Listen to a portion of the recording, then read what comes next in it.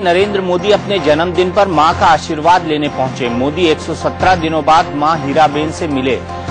इससे पहले वो उनसे तब मिलने गए थे जब वो पीएम पद की शपथ लेने के लिए दिल्ली जा रहे थे। बर्थडे पर मां ने मोदी को खास तोहफा दिया।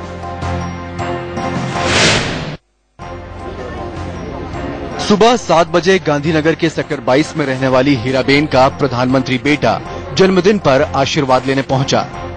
बेटे के आने की आहट के साथ ही मोदी की मां हीराबा उन्हें लेने खुद बाहर आईं। मां घर से बाहर निकली तो मोदी ने झुककर दोनों हाथों से उनके पांव छुए।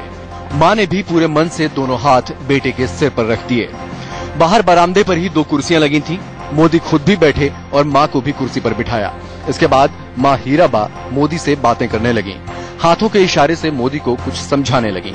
मोदी ध्यान से मां की बात सुन रहे थे। तब तक एक छोटी सी प्लेट में चूरमे का लड्डू आ गया। मां हीराबा ने मोदी को अपने हाथ से लड्डू खिलाया।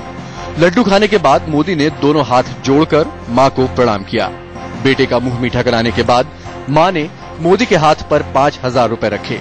हीराबा ने ये रुपए जम्मू कश्मीर आपदा राहत के लिए दिए। मोदी ने तुरंत इस रकम को प्रधानमंत्री राहत कोष में जमा कराने का आदेश दे दिया। आपको बता दें कि मोदी ने लोगों से अपील की है कि वो उनका जन्मदिन मनाने की जगह पीएम रिलीफ फंड में योगदान दें।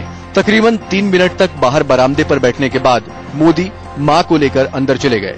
10 मिनट के बाद मोदी जाने के लिए बाहर आए तो बेटे को विदा करने मां भी बाहर आ गई। मोदी ने एक बार फिर मां के पैर छुए। मां ने माथा चूमकर बेटे को आशीर्वाद दिया। इसके बाद मोदी ने पहले मां को घर के अंदर छोड़ा और उसके बाद वहां से बाहर निकले। जन्मदिन के मौके पर मोदी को मां का आशीर्वाद तो मिला ही साथ राष्ट्रपति प्रणब मुखर्जी, चीन के राष्ट्रपति शी जिनपिंग, जापान के राष्ट्रपति शिंजो आबे समेत देश और दुनिया के कई नेताओं की ओर से बधाई भी मिली। देश के कई शहरों में पीएम नरेंद्र मोदी की लंबी उम्र के लिए पूजा और प्रार्थना भी की गई। अरविंद शर्मा के साथ राजेश कुमार, अहमदाबाद, इंडिया न्यूज। अंदर की बात यह है कि मोदी पूरे दिन खासे बिजी रहे, इसीलिए वो सुबह सुबह मां का आशीर्वाद लेने पहुंच गए। मां से मिलने के बाद वो मंदिर गए। उन्होंने औपचारिक रूप से जन्मदिन नहीं मनाया।